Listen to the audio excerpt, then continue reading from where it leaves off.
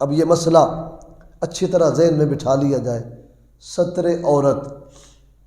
یہ جسم کا وہ حصہ ہے کہ جس کا چھپانا گرمی ہو یا سردی ہو، ہر حال میں ہر مرد کے لیے، آزاد مرد کے لیے، بالغ عقل مند کے لیے چھپانا لازم ہے، اس کے بغیر نماز نہیں ہوتی۔ عورت کے لیے ستر عورت کتنا ہے کہ اس کی یہ جو بالوں کی حد ہے، سارے بال عورت کے یہ ستر عورت میں آتے، ان کا چھپانا لازم ہے۔ فقہا نے لکھا اگر عورت نماز پڑھنے کے لیے باریک دوپٹہ اوڑھ کے نماز پڑھے گی جس سے اس کے بالوں کی سیاہی نظر آئے تو اس کی نماز واجب الادا ہے، وہ نماز نہیں ہے۔ اب یہ مسائل کہاں ہم سیکھیں، کوئی موقع ایسا بنے، اتفاق سے یہ مسئلے آج کے اس اتفاق میں آ گئے ہیں تو یہ مسئلے گھروں میں بتانے والے ہیں کہ اتنا باریک دوپٹہ اوڑھ کے جب نماز پڑھنے کی اجازت نہیں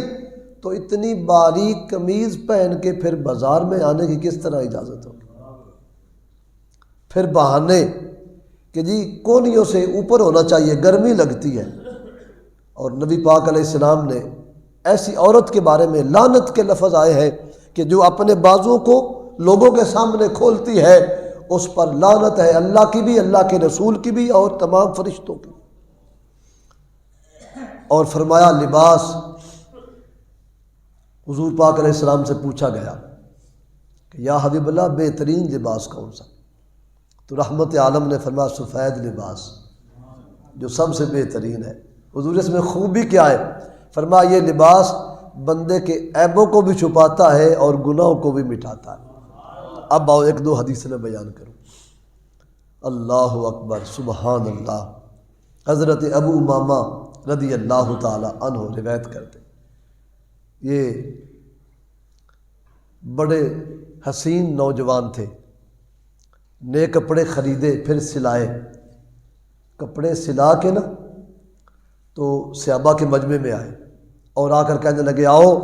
میں تمہیں بتاؤں نبی پاک علیہ السلام کے لباس پہننے کا طریقہ کیا ہے۔ اللہ اکبر۔ آپ پھر کھڑے ہو گئے تو آپ نے سیدھا بازو قمیض میں ڈالا اور پھر دوسرا بازو ڈالا، پھر قمیض کو اپنے سر کی طرف لے کے آئے، جب قمیض یہاں پہنچی نا تو یہاں آ کے قمیض کو روک لیا، نیچے نہیں کیا، اور پڑھنے لگے الحمدللہ الذی کسانی ما اواری بہ عورتی واتجمل بہ فی حیاتی، یہ دعا پڑھ دی۔ صحابہ کرام نے پوچھا یہ کیا طریقہ آپ آج کر رہے ہیں؟ تو کہا کہ میں نے امیر المومنین خلیفہ دوم حضرت سیدنا فاروق اعظم سے یہ سیکھا ہے، اور آپ نے بتایا کہ یہ نبی پاک علیہ السلام کا طریقہ تھا۔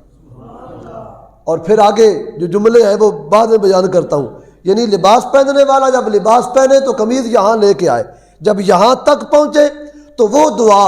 جو لباس والی 3 دعائیں حدیث پاک میں وارد ہوئی ہے، اور ایک دعا مشہور زمانہ جو عام کتابوں میں مل جاتی ہے کہ سرکار دو جہاں سید سرورہ علیہ السلام نے وہ الحمدللہ الذی کسانی، یہ والی دعا سرکار نے خود اس کو تلاوت فرمایا، اور آگے پھر اس کا بقیہ حصہ نیچے فرما دیا۔ اب حضرت فاروق اعظم نے فرمایا سنو، نبی پاک علیہ السلام نے فرمایا کہ جو بندہ نیا لباس پہنے اور وہ یہ دعا پڑھے،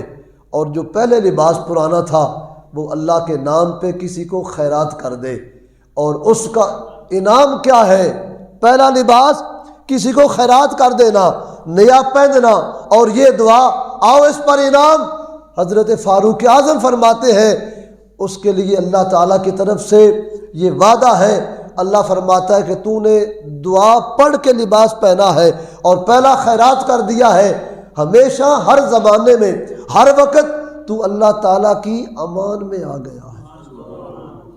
مفتی احمد یار خان نے لکھا، وہ فرماتا ہے وہ امان صرف دنیاوی زندگی میں نہیں، جس کا یہ معمول ہو گیا کہ وہ جب بھی لباس پہنے وہ یہ دعا